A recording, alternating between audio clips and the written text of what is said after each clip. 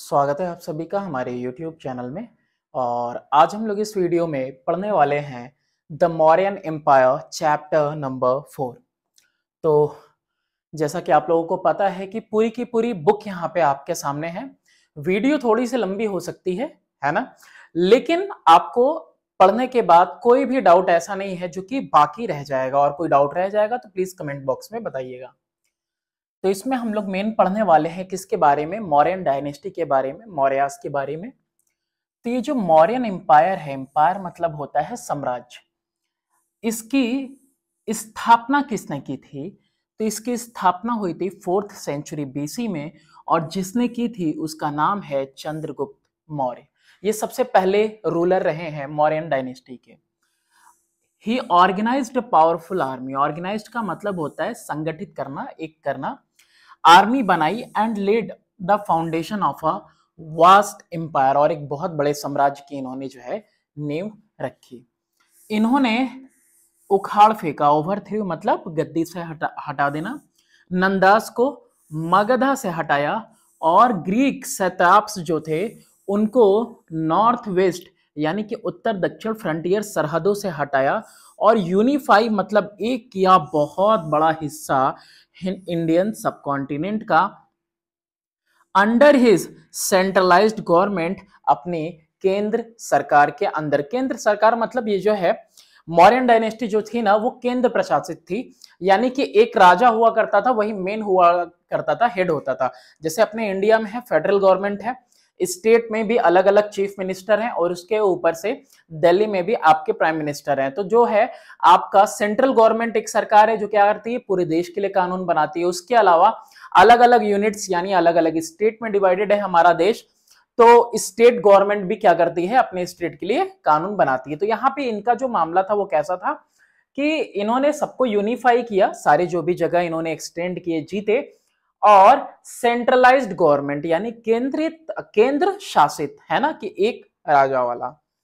इनका जो उत्तराधिकारी था बिंदुसारा, उसने मौर्यन एम्पायर को सलामत रखा। इंटैक्ट रखा का मतलब होता है सलामत रखा, और आगे इसको, इसकी सरहदों को और उसने एक्सटेंड किया, मतलब बढ़ाया।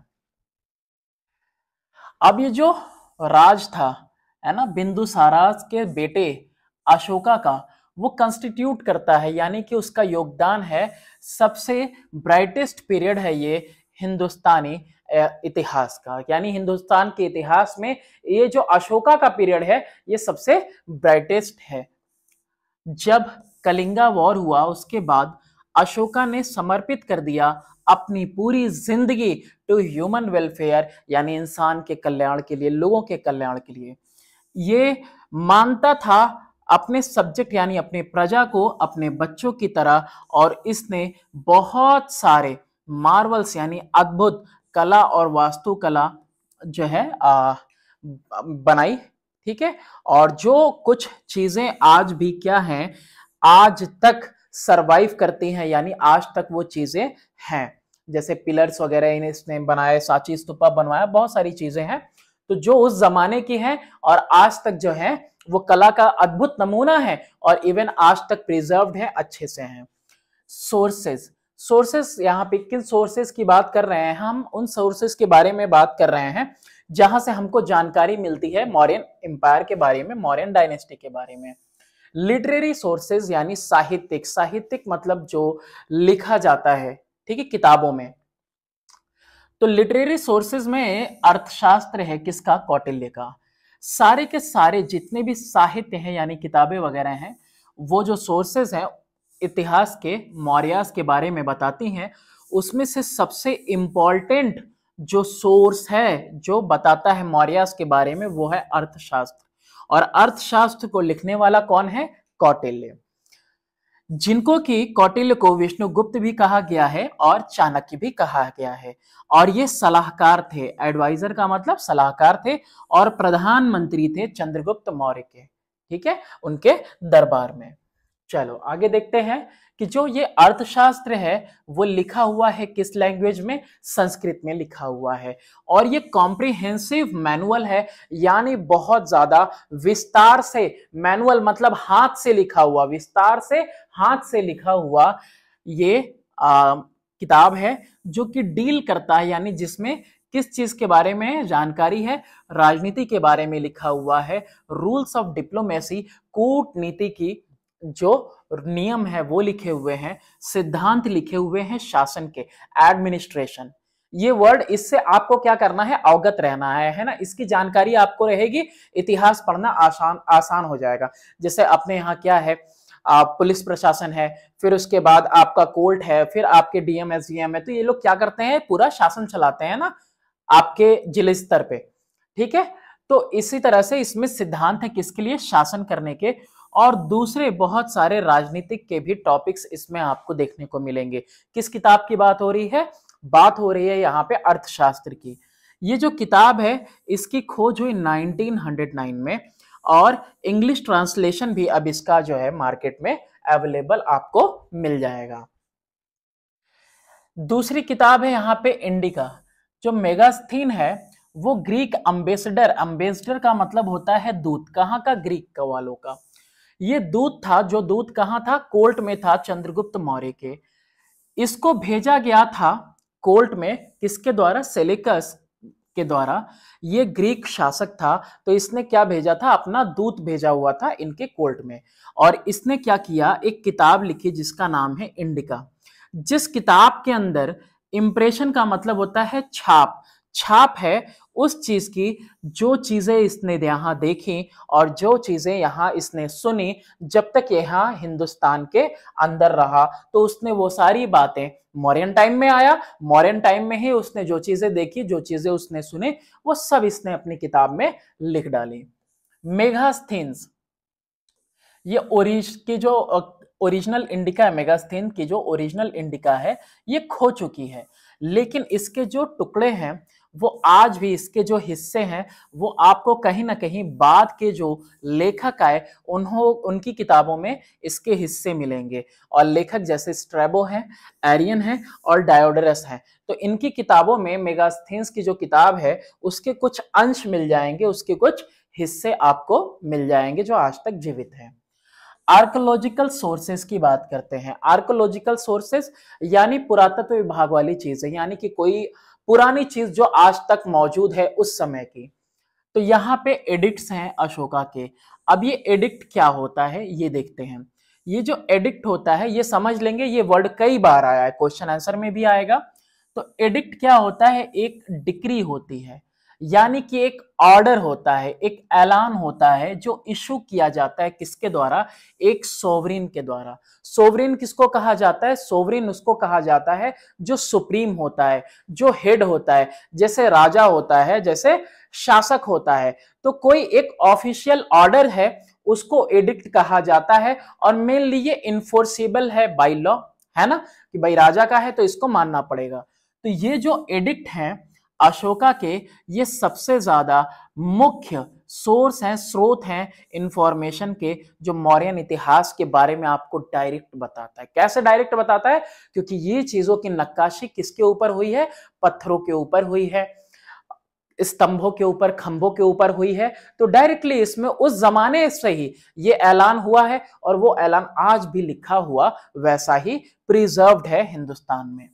तो ये जो है सबसे पुराने, सबसे अच्छे तरीके से प्रिजर्व रखे हुए, संरक्षित रखे हुए, और प्रिसाइजली डेटेड तारीख भी इसके अंदर है ना, रिकॉर्ड्स हैं हिंदुस्तान के अंदर मौजूद। तो ये बहुत मेन सोर्स है। ये जो एडिक्ट है यानी जो डिक्रीज हैं, ये सब इंस्क्राइब्ड है, यानी कि खोद कर लिखी हुई है, किसके ऊपर, पत्थरों के ऊपर, खंभों के ऊपर, पूरे के पूरे देश में। और 14 बड़े बड़े, मेजर मतलब बड़े बड़े पत्थरों के एडिक्ट हैं, पत्थरों पे लिखे हुए, 7 स्तंभों पे यानी कि खंभों पे लिखे हुए हैं, और बहुत सारे छोटे छोटे पत्थरों पे भी एडिक्ट्स हैं, ऑर्डर है, या ऑफिशियल डिक्री, ऑफिशियल ऑर्डर या कोई डिक्री है। तो ये जो इंस्क्रिप्शन है, इंस्क्रिप्शन अब किसको बोलेंगे, हिंदी में देखोगे तो इंस्क्रिप्शन का मतलब होता है शिलालेख, शिलालेख, ठीक है। वो मसाला वगैरह पीसने के लिए सिललोड़ा होता होगा, लोगों के घर में आज भी होगा, लाइट वाइट कट जाती होगी तो मिक्सी के बजाय उसको यूज करते होंगे। तो वैसे ही जो है कि उसकी नक्काशी की जाती है ना, चिजल और हैमर की मदद से, छेनी हथौड़ी की मदद से। तो वो इंस्क्रिप्शन जो पत्थर पे लिखने की कला है ना, तो पत्थर पे जो लिखा जाता है उसको कहा जाता है इंस्क्रिप्शन, पत्थर के पे लिखावट को। तो ये जो शिलालेख है ऑन दिस एडिक्ट ये प्रोवाइड करते हैं यूजफुल इंसाइट यानी डीप अंडरस्टैंडिंग। इंसाइट का मतलब होता है डीप अंडरस्टैंडिंग, आपको अच्छे से समझ में आएगा into the into the of Ashoka in a particular नहीं insight about insight of Ashoka in particular and about the history of the Mauryas in general। यहाँ पे देखो कुछ चीजें मिस हो गई हैं, तो यहाँ पे मेनली ये समझ में आता है, ये बताना चाहता है कि इससे आपको जो इंफॉर्मेशन मिलेगी वो इंफॉर्मेशन आपको डीप अंडरस्टैंडिंग देगी, यानी कि बेहतर तरीके से आपको समझ देगी। और किसके बारे में? अशोका के बारे में पर्टिकुलर, और पूरे के पूरे मौर्यन एम्पायर के बारे में जनरल आमतौर पे आपको क्या देगा? समझ देगा। इससे आपको मौर्यन एम्पायर के बारे में पता चलेगा। सबसे ज्यादा जो इंपॉर्टेंट इवेंट है अशोका के वक्त में, रायन में, मतलब जब वो रूल कर रहे थे, वो ये है कि कन्क्वेस्ट ऑफ कलिंगा, जो कलिंगा की जीत हुई और कलिंगा पे जो उन्होंने कब्जा किया, ये इनडिस्क्राइबेबल है। देखो डिस्क्राइबेबल अलग कर दो, यानी कि अवर्णनीय, यानी जिसका आप वर्णन नहीं कर सकते हो, ऐसी सफरिंग हुई थी, बताया नहीं जा सकता। और जो भी एट्रोसिटीज थी कलिंगा वॉर की, तो ये जो कलिंगा वॉर की एट्रोसिटीज थी यानी कि अत्याचार था, ये जो है इसने डीपली यानी बहुत अंदर से, कॉन्साइंस का मतलब अंतरात्मा, तो ये जो चीज थी जो इस वॉर की वजह से हुआ था, उसने अंतरात्मा को झकझोर दिया था अशोका के।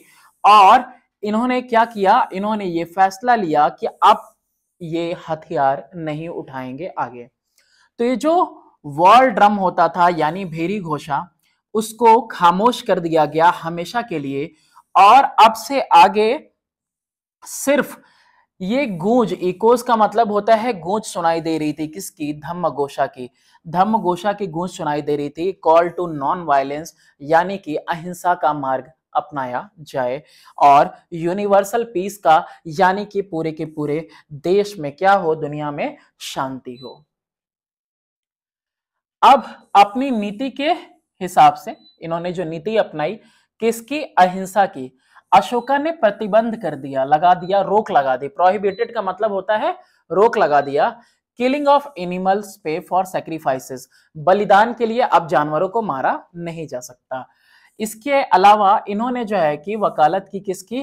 कि रोक दिया जाए नंबर, रोक देना, रिस्ट्रेन करने का मतलब होता है या तो रोक देना या तो कम कर दिया जाए नंबर ऑफ एनिमल जो कि मारे जा रहे हैं कंजप्शन के लिए, है ना, खाने पीने के लिए जो जानवर मारे जा रहे हैं उनकी उनमें कमी कर दो या उसके ऊपर पूरी तरह से रोक लगा दिया जाए। प्रोटेक्ट किया जाए कुछ जानवरों को। और आम तौर पे निंदा किया इन्होंने क्रुएल्टी, यानी कि जो क्रूरता हो रही थी जानवरों के खिलाफ, उसके खिलाफ इन्होंने जो है कि उसकी निंदा की कि भाई जानवरों के खिलाफ ऐसा कुछ नहीं होना चाहिए। अब यहाँ पे जो प्रोटेक्शन ऑफ एनिमल है यानी जानवरों की रक्षा, उसके बारे में आपको रेफरेंस मिलता है, उसके बारे में नॉलेज मिलती है। कहाँ पे मिल रहा है? ये एक पत्थर का एडिक्ट है जो ये कहता है कि पहले formerly in the great refractory, refractory किसको बोलते हैं? रिफैक्ट्री वो जगह होती है जैसे कि बड़े बड़े कॉलेजेस वगैरह में डाइनिंग हॉल होता है, तो डाइनिंग हॉल वगैरह में लोगों को खाना परोसा जाता है, तो उसी को बोल रहा है रिफैक्ट्री। तो ये जो बड़ा बड़ा रिफैक्ट्री था, और जो मंदिर है हेवन बिलव्ड किंग, पियादासी का जो मंदिर है, वहां पे बहुत सारे सैकड़ों हजारों जानवर जो है मारे जा रहे थे। किसके लिए? मीट फूड के लिए, है ना, मांस के लिए, खाने के लिए मारे जा रहे थे। तो आज के दिन तक ये जो रिलीजियस एडिक्ट है वो कैसा है? प्रोमलगेशन में है। प्रोमलगेशन का मतलब है कि पब्लिक के लिए एक अनाउंसमेंट है ना। From the sacrifice of animal for sake of food, की जानवरों को मारा जा रहा है किसके लिए? खाने के लिए। कुछ दो को मारा जा रहा है या वो एक को मारा जा रहा है, लेकिन अब से ये जो है joyful chorus resounds again and again. Joyful chorus किसको कहते हैं? कि ग्रुप होता है लोगों का, और वो ग्रुप क्या करता है लोगों का? वो लोगों को अवेयर करता है, नाच के, गा के, नाटकीय रूप से जो है कि लोगों को अवेयर करता है कि अब से आगे एक भी जानवर जो है अब मारा नहीं जाएगा। तो ये एडिक्ट के ऊपर लिखा हुआ है और ये एडिक्ट क्या है, एक ऑफिशियल डिक्री है सोवरेन की। तो यानी उस समय में कि इस तरह से बताया जा रहा था कि भाई आज के बाद किसी जानवर वगैरह को मारा नहीं जाएगा, जैसा कि ट्रांसलेट किया किसने, जेम्स प्रिंसिप ने। आगे देखते हैं सांची स्तूपा। सांची स्तूपा आर्कोलॉजिकल सोर्सेज में से एक बहुत ही बेहतरीन जो है कि यहाँ पे सोर्स ऑफ इंफॉर्मेशन है मौर्यन एम्पायर के बारे में। स्तूपा होता क्या है, ये सेमी स्फेरिकल डोम लाइक स्ट्रक्चर होता है, दिख रहा होगा ये डोम लाइक स्ट्रक्चर है ना, सेमी स्फेरिकल, आधा गोला गुंबद की तरह है और ये कच्ची ईंटों का बना हुआ है और पत्थरों का बना हुआ है। और ये जो बुद्धिस्ट स्तूपा है इसका बहुत ही अलग स्पेशल खास इंपॉर्टेंस है। ये दर्शाता है, क्या दिखाता है, स्पिरिचुअल बॉडी, आध्यात्मिक जो बॉडी है बुद्धा की और उनके रिलिक्स यानी जो अवशेष हैं बुद्धा के वो दिखाता है, जैसे उनके बाल हैं, उनके दांत हैं और उनकी हड्डियां हैं। एक कैस्केट है, कैस्केट का मतलब होता है यहाँ पे जैसे कि मुर्दों को लेके जाया जाता है तो पैक करके लेके जाते हैं, जैसे मुस्लिम्स में भी हो और क्रिश्चियंस में भी हो ताबूत के अंदर, तो यहाँ पे भी वही ताबूत की बात कर रहा है कि एक कैस्केट है जिसके अंदर ये अवशेष रखे हुए हैं, जैसे बाल दांत और ये सब बेस में रखे हुए हैं, कहाँ, इस गुंबद के डोम के। तो ये जो फाउंडेशन है सांची स्तूपा का, ये भी अशोका ने रखवाया था सांची में 45 किलोमीटर दूर भोपाल से, मध्य प्रदेश में, है ना, मध्य प्रदेश स्टेट का नाम है, वहां की राजधानी क्या है, भोपाल, और भोपाल से 45 किलोमीटर की दूरी पे आपको दिखाई देगा ये सांची स्तूपा। और 4 गेटवेज हैं इसमें सारे के सारे डायरेक्शन में।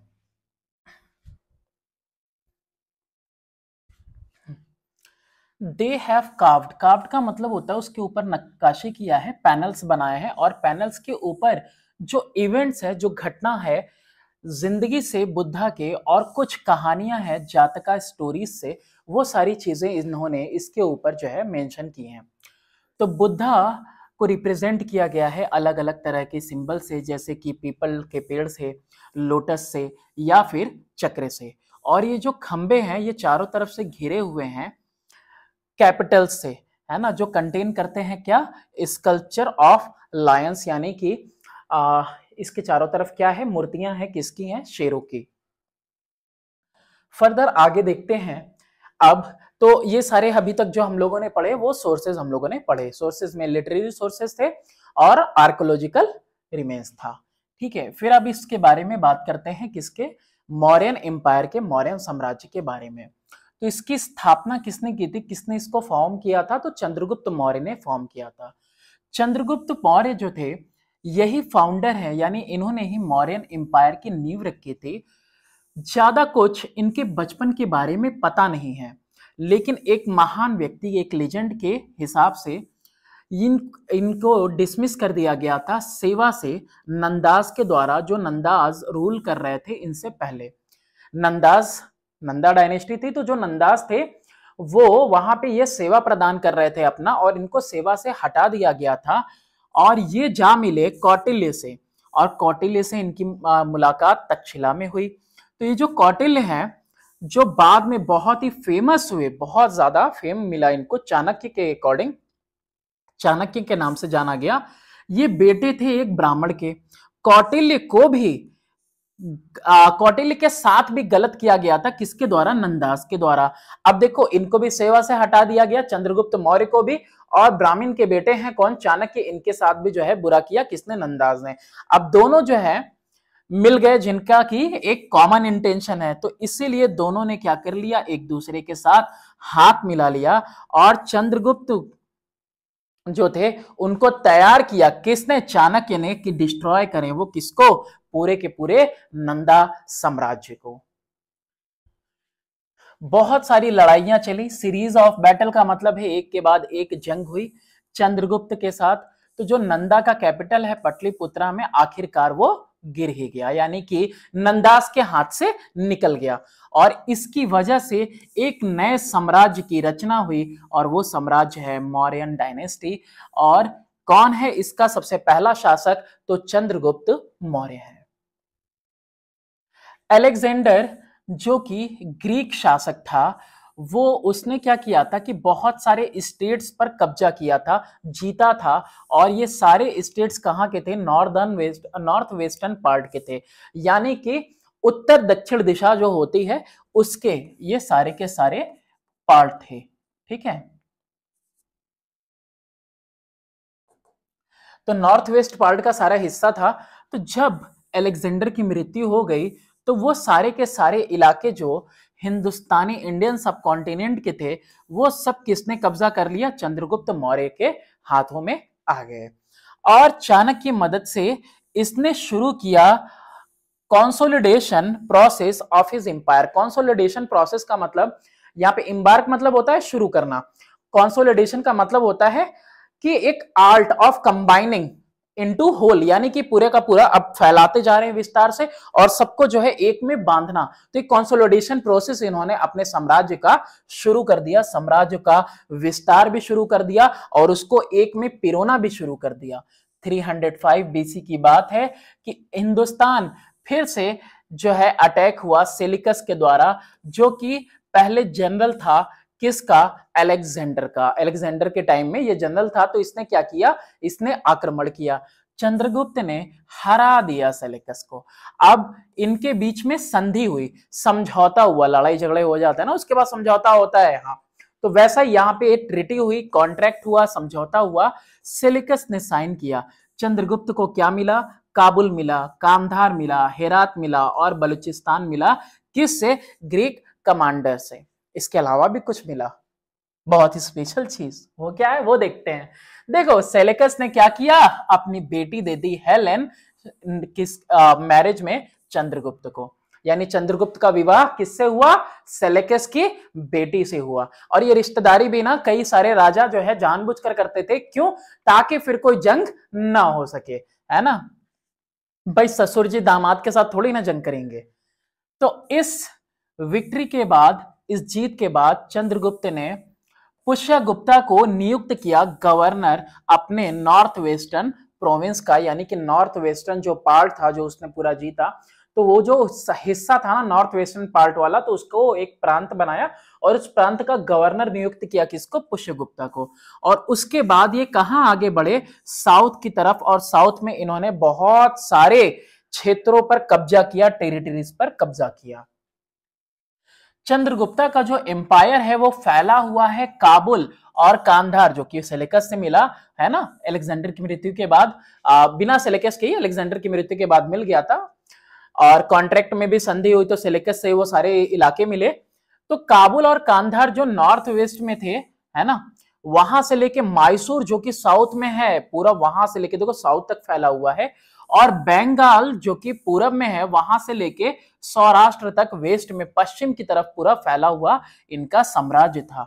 और जैन ट्रेडिशन यानी जैन परंपरा के हिसाब से जब कोई शासक रूल कर लेता है 24 साल तक तो उसको दुनिया त्यागनी होती है, गद्दी त्यागनी होती है। तो इन्होंने त्याग दिया किसको? दुनिया को। और इन्होंने सारा कुछ अपना राजपाट साम्राज्य अपने बेटे बिंदुसार को दे दिया। फर्दर आगे क्या हुआ? फिर बिंदुसार गद्दी पर बैठा अपनी पिता की जगह पे। तो चंद्रगुप्त मौर्य जो कि उसके पिता थे, उसके बाद कौन बैठा? बिंदुसार। ग्रीक इतिहासकार जो कि एथेनिकस हैं उसको बुलाते हैं स्लेयर ऑफ फोज। फोज का मतलब होता है दुश्मन और स्लेयर का मतलब होता है नरसंहार करने वाला, यानी दुश्मनों का नरसंहार करने वाला।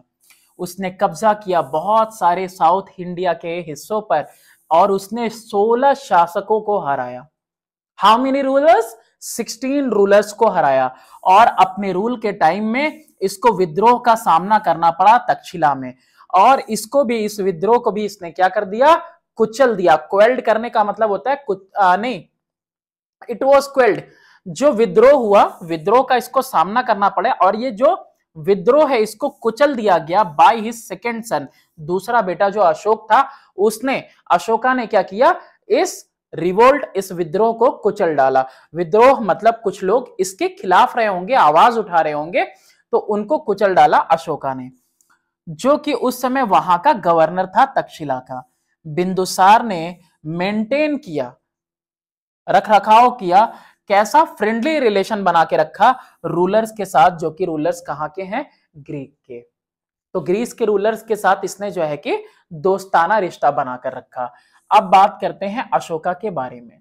तो अशोका अब आएगा गद्दी पर अपने पिता के बाद, बिंदुसारा की मृत्यु के बाद। तो बिंदुसार का बेटा कौन, दूसरा बेटा है अशोक, और अशोका बिंदुसारा की मृत्यु के बाद गद्दी पर बैठा। और गद्दी पर बैठने के बाद इसने टाइटल लिया क्या, देवनाम प्रिया, देवनामा प्रिया, यानी बिलव्ड ऑफ द गॉड्स, यानी ऐसा कोई जो कि पूरे सारे भगवान को क्या हो, प्रिय हो। और प्रियदर्शी यानी कि खूबसूरत, है ना, द ब्यूटीफुल वन, जो अच्छा दिखाई दे। अब ये जो सबसे मेन इवेंट है अशोका की जिंदगी का, वो है कलिंगा वॉर, है ना। और इतिहास की भी बहुत बड़ी घटना है अशोका ने जो कॉन्क्वेस्ट किया था कलिंगा पर। जब गद्दी पर बैठे ये, ठीक है, तो अशोका ने लड़ा कलिंगा वॉर, ठीक है, और कलिंगा वॉर में जीत भी मिली थी।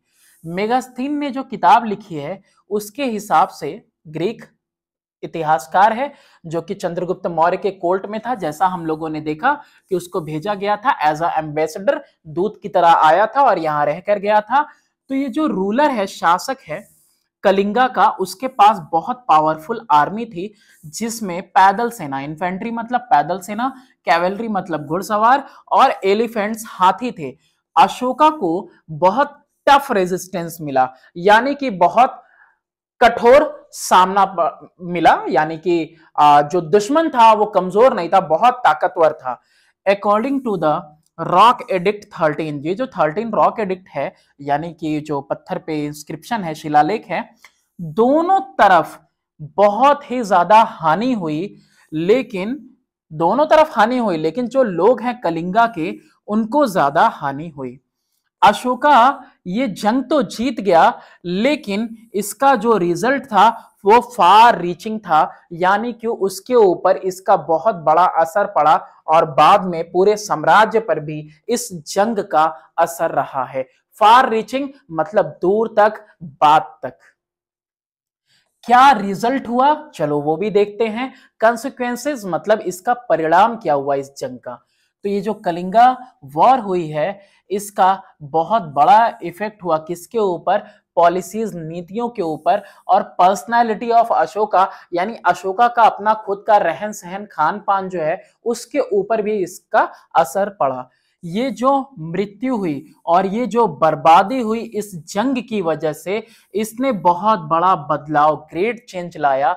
पर्सनल मतलब होता है किसी की निजी जिंदगी, और पॉलिटिकल लाइफ मतलब राजनीतिक जिंदगी, है ना। जैसे देखा होगा अखिलेश यादव और योगी जी एक दूसरे को क्या ही कुछ बोलते रहते हैं माइक पे, लेकिन एक दूसरे के साथ बैठ के मीटिंग भी करते हैं, मिलते जुलते भी हैं। तो वही बोल रहा है। तो पर्सनल मतलब निजी जिंदगी और राजनीतिक जिंदगी, दोनों ही जिंदगियां अशोका की बदल गई।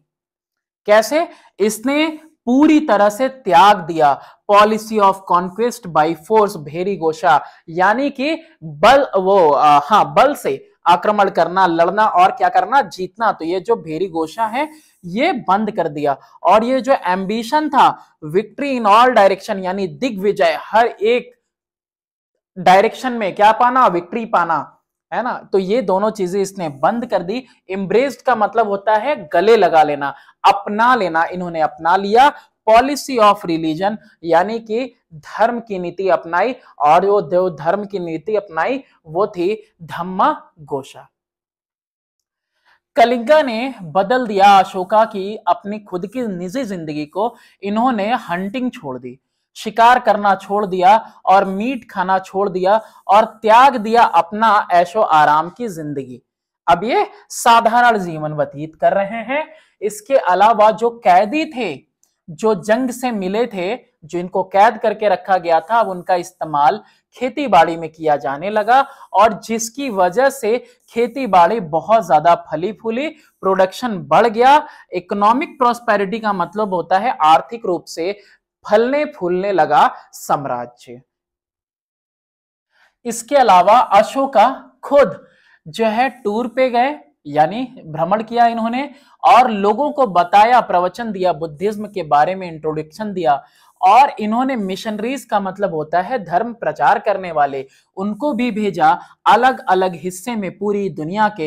इन्होंने अपनी बेटी संघमित्रा और अपने बेटे महिंद्रा को भी श्रीलंका भेजा ताकि ये वहां जाए और वहां पे प्रचार प्रसार कर सके, बढ़ा सके किसको, बुद्धिज्म को।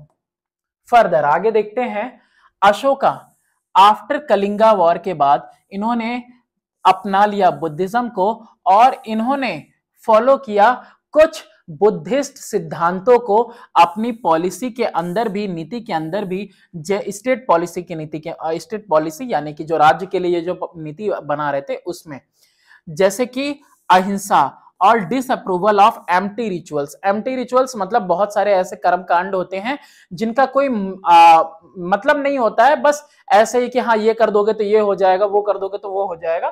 तो एम्प्टी रिचुअल्स ऐसे कर्मकांड, इसको ये डिसअप्रूव कर रहे थे, यानी कि ना अपनाना, निंदा करना।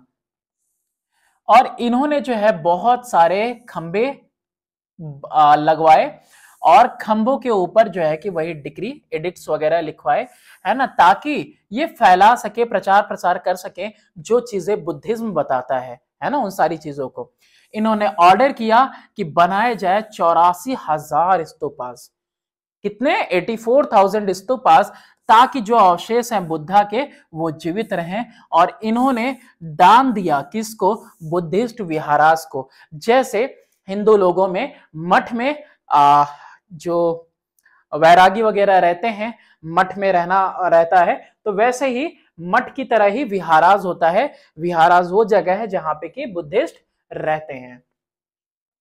अब ये जो है ये इन्होंने जंग को तो त्याग दिया था, अबंडनमेंट कर दिया था, त्याग दिया था, भाई कहीं कोई जंग नहीं होगी, कोई हम बल के से कहीं नहीं जीतेंगे। तो इसकी वजह से जो मिलिट्री का जो प्रिपेयर्डनेस था और उसकी जो क्षमता थी वो अब धीरे धीरे क्या हो गई? डिक्लाइन, मतलब कम हो गई, खत्म हो गई, डिक्लाइन कर गई, कमी आने लगी। अब जब जंग ही त्याग दिया गया है तो क्या ही जरूरत है इन सारी चीजों की।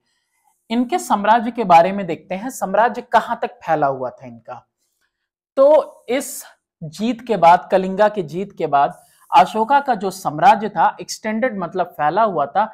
हिंदू कुश जो कि नॉर्थ वेस्ट का हिस्सा है, वहां से लेकर रिवर पेन्नार जो कि साउथ में बहती है, वहां तक इनका पूरा फैलाव था। और ये कुछ हिस्सा इंक्लूड होता है, नेपाल का भी कुछ हिस्सा इनके राज्य के अंदर था।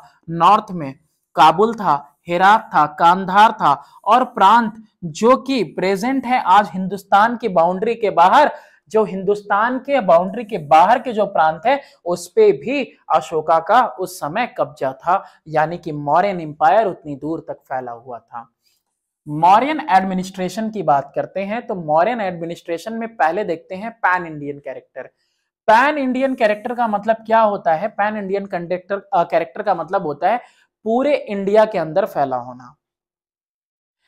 तो यहां पे कह रहा है कि जो मौर्यन एम्पायर है ये शुरू होता है चंद्रगुप्त मौर्य के साथ और बहुत बड़ा है, ठीक है, with an all India character, है ना, पूरे के पूरे जो है हिंदुस्तान को घेरा हुआ है।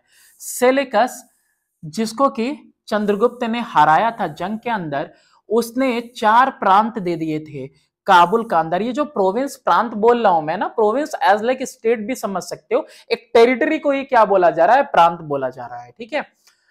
तो ये जो प्रांत है, काबुल है, कांधार है, हेरात और बलूचिस्तान, ये सब उसको जीत में मिले हैं किससे? सेलेकस से। तो ये सब साथ रहे हैं मौर्यन एम्पायर के साम्राज्य के साथ, कब तक? अशोका के शासन के साथ तक, है ना। अशोका के शासन में भी ये सारी जगह इसके पास ही थी। तो जब बिंदुसारा का रूल था तो अशोका रीच तक्षशिला, कहां पहुंचा था? तक्षशिला, और उसने कुचल डाला था जो वहां पे विद्रोह हो रहा था। तो उस समय वो गवर्नर भी था तक्षशिला का वहां पे।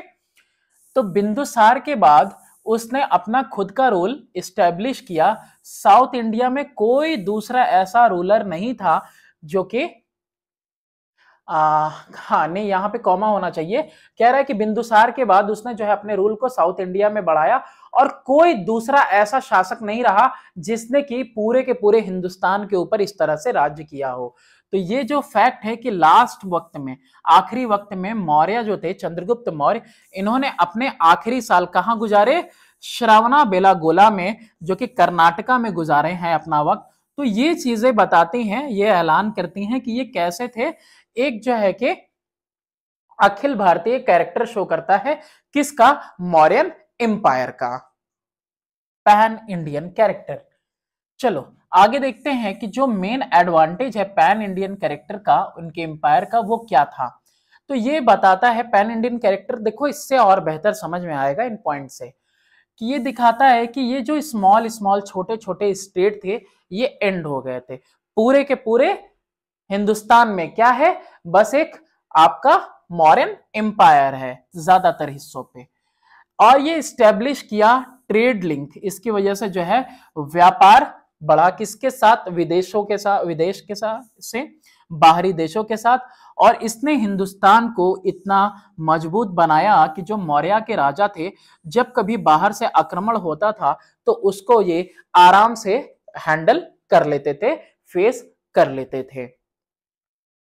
इसके अलावा अशोका की जो विक्ट्री थी, यानी जो जीत थी कलिंगा के ऊपर, ये एरा कॉन्क्वेस्ट का खत्म हो गया और जंग की भी खत्म हो गई बात, है ना, कि अब कहीं पे भी कॉन्क्वेस्ट नहीं करना है, कहीं आक्रमण नहीं करना है, जीतना नहीं है किसी जगह को, कोई जंग नहीं।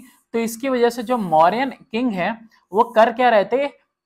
वो ज्यादा अटेंशन अब देने लगे, ज्यादा ध्यान देने लगे समाज के ऊपर और आर्थिक जिंदगी के ऊपर लोगों के। और इसकी वजह से क्या हुआ? पूरे के पूरे देश के अंदर ऑल राउंड हर एक चीज में इकोनॉमिक प्रॉस्पेरिटी आ रही है, यानी आर्थिक रूप से फल फूल रहे हैं, बढ़ रहे हैं। शासन की बात करते हैं, शासन बहुत मेन है, क्योंकि देखो ये चंद्रगुप्त मौर्य, मौर्य डायनेस्टी में ही आप देख रहे हो कि नंदराज को उखाड़ फेंकने वाले कौटिल्य हैं।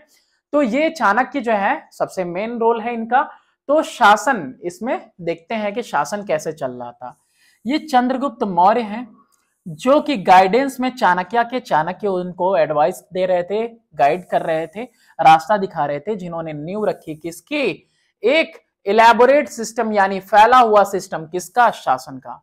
चाणक्य ने किताब लिखी अर्थशास्त्र, जिसके अंदर ये वर्णन करते हैं सिद्धांतों का। और सिद्धांत किस चीज के? राजनीति के सिद्धांत, कि किस तरह से राजनीति में होना चाहिए। कला शासन का, शासन करना एक कला भी है, रूल नियम कानून के साथ क्या है? रूल करना एक कला भी है। चंद्रगुप्त का जो बेटा है बिंदुसारा, उसने जो है कि संभाले रखा, सेम सिस्टम उसने भी अपनाया। और अशोका ने कुछ बदलाव किए थे जो जरूरी समझे गए थे by the change of the heart after the Kalinga war. Kalinga war के बाद उन्होंने लगा कि कुछ ऐसी बदलाव हैं जो कि जरूरी हैं, जो करने चाहिए, जो बदलाव उन्होंने किया।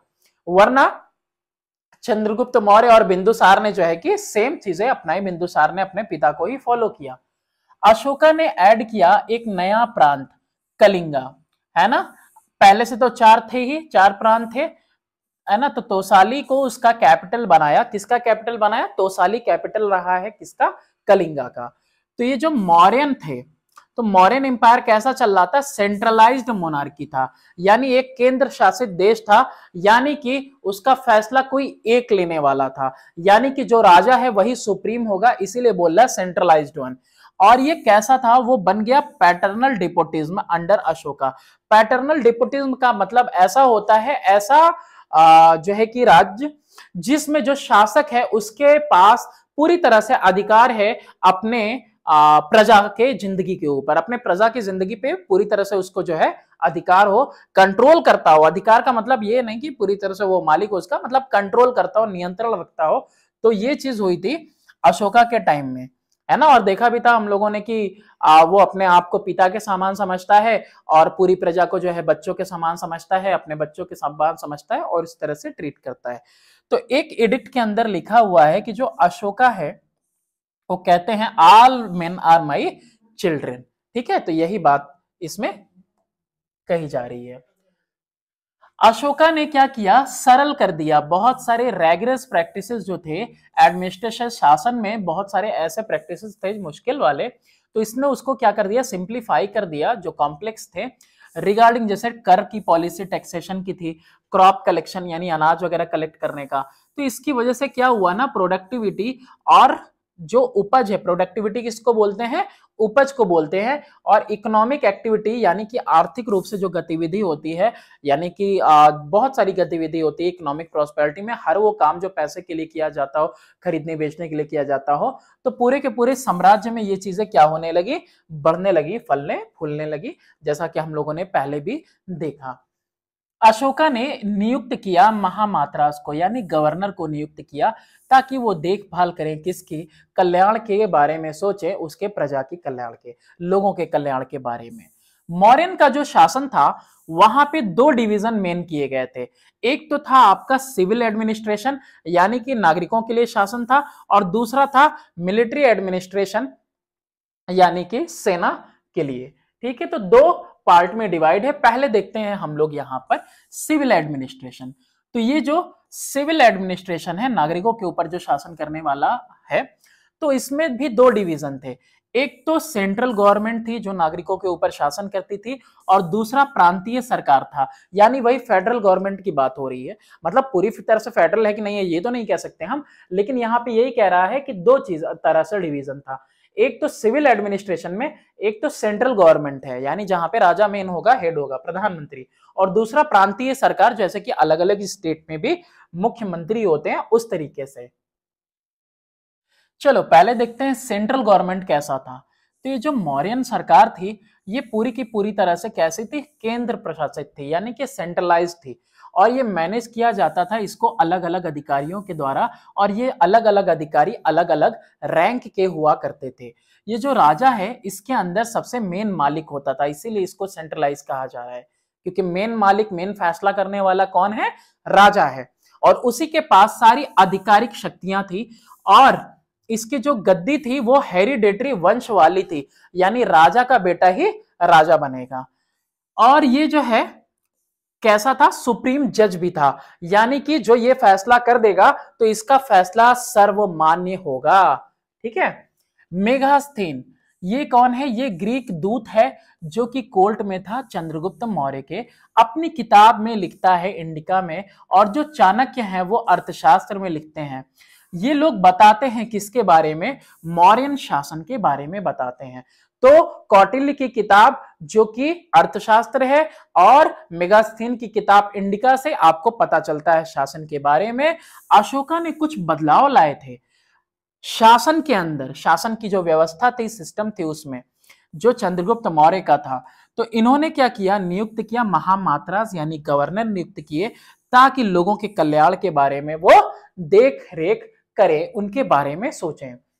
और केंद्र लेवल पे, सेंट्रल लेवल पे जो राजा था उसको सहायता कौन दे रहा था, काउंसिल ऑफ मिनिस्टर, यानी मंत्री परिषद, डी होगा यहां पे।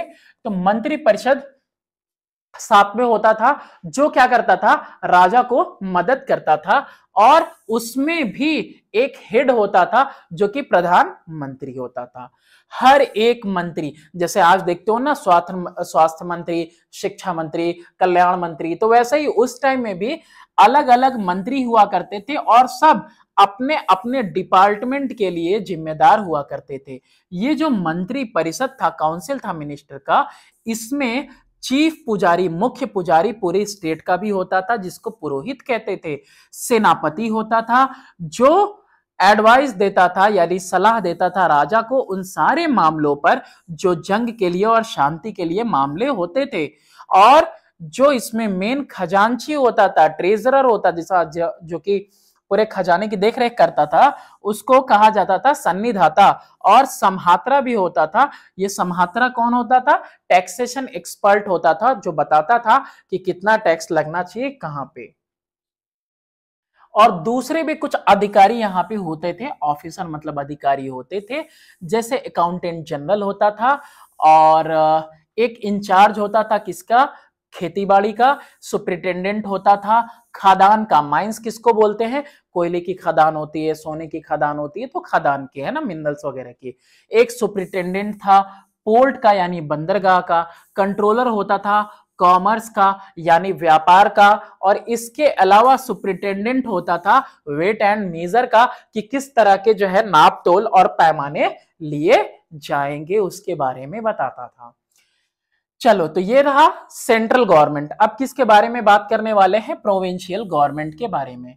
तो अशोका ने बहुत सारे बदलाव किए, ना कि सिर्फ जो है सेंट्रल गवर्नमेंट में, केंद्र सरकार में, और बल्कि जो है made alteration only in the central government and not in the provincial government. तो केंद्र सरकार में ही इन्होंने बदलाव किया, जो प्रांतीय सरकार थे उसमें इन्होंने बदलाव नहीं किया। अपने दादा के टाइम का जो था, वहां पे कितना था दादा के टाइम में, यानी चंद्रगुप्त मौर्य के टाइम में 4 प्रोविंस होते थे, लेकिन कलिंगा जीतने के बाद उसको भी ऐड कर दिया। अशोका के टाइम में वो ऐड हो गया, तो 5 प्रांत पूरे के पूरे हो गए थे। और वो 5 प्रोविंस कौन कौन से थे? देखो, मगधा था जिसका कैपिटल पटलिपुत्र, गांधार था जिसका तक्षशिला कैपिटल था, अवंती जिसका कैपिटल उज्जैन था, साउदर्न प्रोविंस था जिसका कैपिटल था स्वर्णगिरी, और कलिंगा जिसका कि तोसाली, जैसा कि हम लोगों ने पहले भी पढ़ा। तो यहाँ पे जो हेड था प्रांत का, उसको कुमार कहा जाता था या फिर आर्यपुत्र कहा जाता था। तो ओनली द प्रिंसेस, जो राजकुमार थे, उनकी नियुक्ति की जाती थी इस पोजीशन के लिए। अशोका के टाइम में जो कुमार था, उसकी सहायता कौन करता था? असिस्टेंट, मतलब उसका साथ कौन देता था? गवर्नर्स उसका साथ देते थे, जिन गवर्नर को क्या कहा जाता है? महामात्रा। तो इस तरह से शासन चलता था। और कुछ पत्थरों के हिसाब से और स्तंभों, यानी इस तरह के जो खंबे, उनके हिसाब से महामात्रा के अलावा दूसरे भी अधिकारी होते थे जो कि हिस्सा लेते थे शासन के अंदर, प्रांत में जो शासन हो रहा है। प्रदेशिका जो कलेक्ट करता है टैक्स, राजू का जो क्या करेगा? वो सारे काम करेगा जो आज के दिन में तहसीलदार करता है, और राजस्व विभाग का अधिकारी जो काम करता है, वो काम उस समय कौन करता था? राजू का करता था। इसके अलावा जिला स्तर पे भी शासन चलता था, जैसे आज भी जिला है, मालूम ही है, चंदौली जिला से मैं हूं। तो ये जो प्रांत है, ये बटा हुआ था, डिवाइडेड था जनपद में, अलग अलग, है ना। डिस्ट्रिक्ट, डिस्ट्रिक्ट मतलब जिला, जिले को ही कह रहा है जनपद। तो यहां जो शासन है ना, वो उसकी देखभाल कौन कर रहा है? प्रदेशिका करता है, राजुका और युक्ता कर रहा है।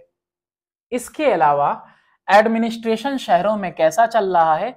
तो कुछ ऐसे खास शहर हैं, जैसे कि राजधानी हो गई प्रांतों की, जैसा कि पहले हमने देखा, वहां पर अपना खुद का शासन वाली व्यवस्था है, शासन व्यवस्था खुद की है ना। जैसे गांधार हुआ, जैसे वो सब है, साउदर्न प्रोविंस हुआ, तो इसके पास जो मेन मेन थे, है ना। तो वहां पे जो राजधानी है, तोसाली हो गया, उज्जैन हो गया, उसकी बात हो रही है, राजधानी। तो वो जो मेन मेन शहर है, इंपॉर्टेंट शहर, उनके पास खुद का शासन का व्यवस्था है। और जो शहर हैं, वहां पे जो शहर का जो हेड है, मेन मुखिया है, उसको नगर अध्यक्ष कहा जाता था। और मेगास्तीन के हिसाब से ये जो शासन था पाटलिपुत्रा का, जो कैपिटल सिटी थी मौर्यन एम्पायर की, उसकी देखरेख कौन करता था? एक समिति, कमेटी मतलब समिति करती थी 30 मेंबर की। और क्या था सिस्टम? और राजस्व सिस्टम कैसा था? व्यवस्था थी कि जो जमीन का रेवेन्यू था, वो सबसे मेन सोर्स था, जमीनों से जो लगान आ रहा था, वो सबसे मेन सोर्स था। किसके लिए? इनकम के लिए। उसी से जो है मेन कमाई थी मौर्यन एम्पायर की। और ये 1/6 हिस्सा से लेकर 1/4 हिस्सा तक था प्रोड्यूस का, यानी 1/6, यानी 6 हिस्से करो टोटल प्रोडक्शन के, तो 1 हिस्सा देना है, और टोटल का 4 हिस्सा करो तो 1 हिस्सा देना है। तो 2 तरह के यहाँ पे आपको टैक्स देखने को मिले हैं, एक बाली है, एक भागा है। ये दोनों ही पत्थरों पर आपको एडिक्ट्स में, डिक्री में देखने को, इंस्क्रिप्शन में मिलेंगे। अशोका का जो भागा था, वो किसके ऊपर लगा हुआ था? ये एग्रीकल्चर प्रोड्यूस पे लगा हुआ था, यानी जो खेती बाड़ी से उपज होती है उन चीजों के ऊपर, और कैटल के ऊपर, यानी जो पशुपालन है उसके ऊपर। और रेट कितना था? 1/6। और यहाँ पे विंसेंट स्मिथ, ये भी एक इतिहासकार है, और क्षमा शास्त्री, इनके हिसाब से जो बाली था, बॉल नहीं, बाली आई, बाली जो था, एक कर था एक तरह का, नहीं कर नहीं कह सकते, ट्रिब्यूट था, सम्मान जो दिया जाता है, जैसे कोई आता है ना तो उसको फोटो वगैरह फ्रेम वगैरह देते हैं, और उसको अलग तरीके से जो चीफ गेस्ट वगैरह आते हैं उनको दिया जाता है कोई चीज, यादगार निशानी वगैरह। तो ऐसे ही ये ट्रिब्यूट होता था, सम्मान ट्रिब्यूट होता था। टोल टैक्स, ये बाली जो है एक रिलीजियस ट्रिब्यूट होता था। टोल टैक्स ये अलग लाइन है। टोल टैक्स जो होता था वो इंपोज किया जाता था आर्टिकल्स पे। आर्टिकल्स मतलब जो कोई चीज बनाई बनाई जा रही है उसके ऊपर, जो कि लाया गया है किसके लिए, यहां बेचने के लिए लाया गया है, तो टोल टैक्स आर्टिकल्स पे, चीजों पर लगता था। यहां पे टैक्स लगाया जा रहा है किसके ऊपर, दारू के ऊपर भी। दारू की दुकानें हैं और जुआ खेलने के जो घर हैं वहां पर भी ऐसी जगह हैं जहां जुआ होता है। कुछ ऐसे कर भी थे जो कलेक्ट होते थे जंगलों से, खादानों से, और रेवेन्यू जो कलेक्ट होता था, यहां फुल स्टॉप, यहां से देखो, फ्रॉम द रेवेन्यू, जो भी राजस्व की वसूली हुई है वो सारा का सारा पैसा खर्च किया जा रहा है। अलग अलग तरीके की फैसिलिटीज, व्यवस्था आपको दी जा रही है। सड़कें लोगों के लिए बनाई जाती थी, पानी के रास्ते बनाए जाते थे, इसके अलावा इरिगेशन सिंचाई के लिए, और अस्पताल बनाए जाते थे, और दूसरे जो स्टेट के खर्चे थे, राज्य के खर्चे थे, वो सारे की सारी पूर्ति की जाती थी। किससे, इसी राजस्व से जो वसूली हो रही है। इसके बाद जासूसी व्यवस्था थी, यहां पे स्पाई सिस्टम था। चंद्रगुप्त मौर्य जो थे उनके पास बहुत बड़ा नेटवर्क था जासूसों का अपने साम्राज्य के अंदर, और यहां जासूसों के पीछे भी जासूस थे। मतलब आज नियुक्त किया मुझे जासूस, कल तुम्हें नियुक्त कर देंगे जासूस, वो भी किसकी जासूसी, मेरी जासूसी। ठीक है, एक जासूस के पीछे भी जासूस होता था। और जो भी इंपॉर्टेंट खास मामले होते थे वो एक से ज्यादा एजेंट को कहा जाता था कि भाई इसके ऊपर इंफॉर्मेशन लेके आओ।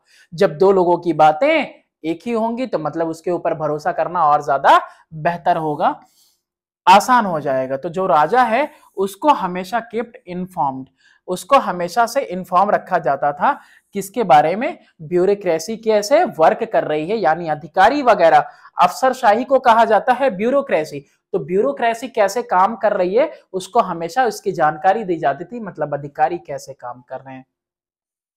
मिलिट्री शासन की बात करें तो चंद्रगुप्त मौर्य ने रखा हुआ था एक बहुत बड़ा आर्मी, जिसमें पैदल सेना थी, घुड़सवार थे, हाथी थे, और रथ वगैरह थे। मेगास्थीन के हिसाब से जो मौर्यन आर्मी थी उसमें 6 लाख पैदल सेना थी, 30,000 घुड़सवार थे, और 9,000 जंगी हाथी थे। पागल हाथियों को भी छोड़ दिया जाता था जंग में, वो जो दौड़ते जाएंगे इधर उधर और कुचलते जाएंगे लोगों को। और कुछ सोर्स की माने दूसरे, तो जो मौर्यास हैं उन्होंने मेंटेन किया था 8,000 कैरियर्स यानी कि रथ, और जो मेन इनमें जो वेपन था, हथियार था, वो वही तीर धनुष वगैरह थे, और शील्ड वगैरह, सुरक्षा कवच वगैरह था, तलवारें थी। ये सारी चीजें जो है जंग के लिए इस्तेमाल की जाती थी, इन हथियारों का इस्तेमाल होता था।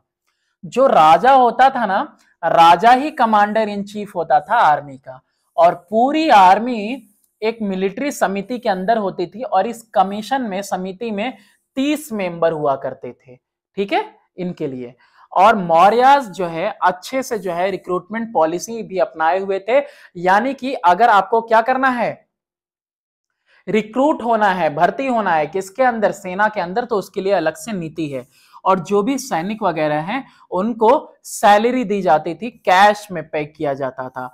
मौर्यन राजा, उन्होंने किला बनवाया स्ट्रेटेजिक प्लेसेस पे। स्ट्रेटेजिक प्लेस उसको कहते हैं कि जो रणनीति के हिसाब से जगह हो, यानी ऐसी जगह जैसे कि हमेशा जितने भी किले वगैरह देखोगे तुम, ज्यादातर वो किले ऊंचाई पे बने हुए हैं। ऊंचाई पे किले बने हुए हैं यानी कि आप दुश्मन को दूर से देख भी सकते हैं, उसको मारना भी आसान है, और उसका आप तक पहुंचना मुश्किल है। तो स्ट्रेटेजिक प्लेस पे बने होते थे ताकि सुरक्षा रहे और रक्षा रहे किसकी, साम्राज्य की। इसके अलावा अशोकास धम्मा, ये तो इंपॉर्टेंट पार्ट है पूरे के पूरे मौर्यन डायनेस्टी का। क्यों, क्योंकि देखो जैसे ही कलिंगा वॉर हुआ उसके बाद अशोका जो है राजा बना, किसका, लोगों का राजा बना।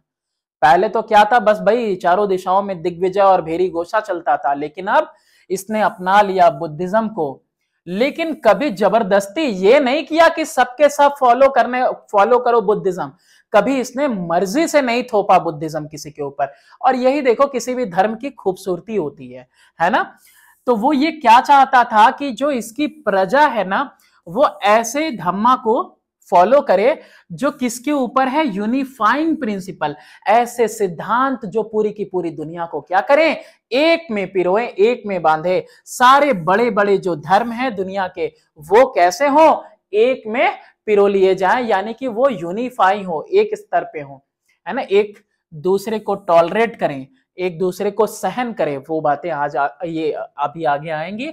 धम्मा जैसे कि डिस्क्राइब किया गया है अशोका के एडिक्ट में, उसके डिक्री में, वो एक रिलीजन नहीं है, ये धम्मा कोई धर्म नहीं है या फिर कोई धार्मिक व्यवस्था नहीं है, बल्कि एक नैतिक कानून है, एक कॉमन कोड ऑफ कंडक्ट है, या फिर एथिकल ऑर्डर है, जो क्या कहता है, कॉमन मीटिंग ग्राउंड है सारे रिलीजन के लिए। यकीनी कि सारे के सारे धर्म में आपको ये बातें मिलेंगी, और इस कॉमन ग्राउंड के हिसाब से सारे धर्म को क्या होना चाहिए, एक तरह से रहना चाहिए, है ना।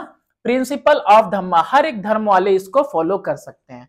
तो सिद्धांत क्या है धम्मा का, अशोका का जो धम्मा है उसके कुछ यहां पे खास बिंदु ये हैं, पॉइंट्स वगैरह ये हैं। हमको क्या करना चाहिए, अपने बड़ों से प्रेम करना चाहिए, और बड़ों की आदर करना चाहिए, अपने छोटों से प्रेम करना चाहिए। अहिंसा या फिर नॉन वायलेंस, इसका मार्ग अपनाना चाहिए, कहीं भी हिंसा नहीं करनी चाहिए। यहां पे देखो लिखा है गुड डीड्स और good karma would bring happiness to man in the next birth. अगर आप अच्छे कर्म कर रहे हो तो अगले जन्म में क्या होगा, आपको खुशी मिलेगी। खुशी नहीं मिली। He taught people to respect religions. उसने क्या बताया, उसने लोगों को बताया कि भाई हर एक धर्म का सम्मान करना चाहिए, ठीक है। और इसके अलावा इसने डिसअप्रूव कर दिया सारे के सारे एम्प्टी रिचुअल्स को, यानी कि वो सारे कर्म कांड वगैरह जिनका कि कोई बेस नहीं था, जिनके लिए कोई रीजन नहीं था, तो उसको एक्चुअली क्लास 10th में ही ना खुशी ने स्कूल बदल लिया था। चलो देखते हैं इंपैक्ट किसका, धम्मा का अशोका के इंपेरियल पॉलिसी के ऊपर, यानी कि शाही जो नीति है उसके ऊपर। तो रिलीजियस यूनिटी की बात करते हैं तो यहां पे जो धार्मिक एकता की बात हो रही है, ये इंपैक्ट पड़ा। जो लोग अलग अलग धर्म के थे, अलग अलग धर्म को फॉलो कर रहे थे, है ना, अपने एम्परर की पॉलिसी जो आई रिलीजियस टॉलरेंस की, तो वो उसको क्या किया, उसको ये जो है उसने इन लोगों को यूनिफाई किया। लोग कैसे हैं, अलग अलग रिलीजन को फॉलो कर रहे हैं, वो फॉलो कर रहे हैं एम्परर की पॉलिसी को, इसकी रिलीजियस टॉलरेंस की, यानी एक दूसरे को सहन करना। ठीक है भाई, आपको जो मानना है आप मानिए, हमको जो मानना है वो हम मानेंगे। तो एक दूसरे के लिए क्या है, टॉलरेंस है, यानी सहनशीलता है। मोरल वैल्यूज आई लोगों की जिंदगी में। जो लोग प्रभावित हुए धम्मा से, वो लोग कैसे जिंदगी जी रहे हैं, एक मोरल लाइफ, एक नैतिक जिंदगी जी रहे हैं। इसके अलावा एंड ऑफ क्राइम, ये जो जुर्म है ये खत्म हो गया। ये जो पॉलिसी है अहिंसा की, इसने जो है कि बहुत बड़ा नैतिक इंपैक्ट लेके आया, ये नैतिक प्रभाव लेके आया लोगों की जिंदगी पे। जो चोरी है, जो जुर्म है और दूसरी कुछ इस तरह की गतिविधि है, ऑलमोस्ट क्या हो गई, खत्म हो गई। चलो इसके बाद लोगों का कल्याण हुआ, पब्लिक वेलफेयर। ये जो नीति है कॉन्क्वेस्ट की और वॉर की, यानी कि कब्जा करना और जंग लड़ना, ये सब जो है बंद हो गया।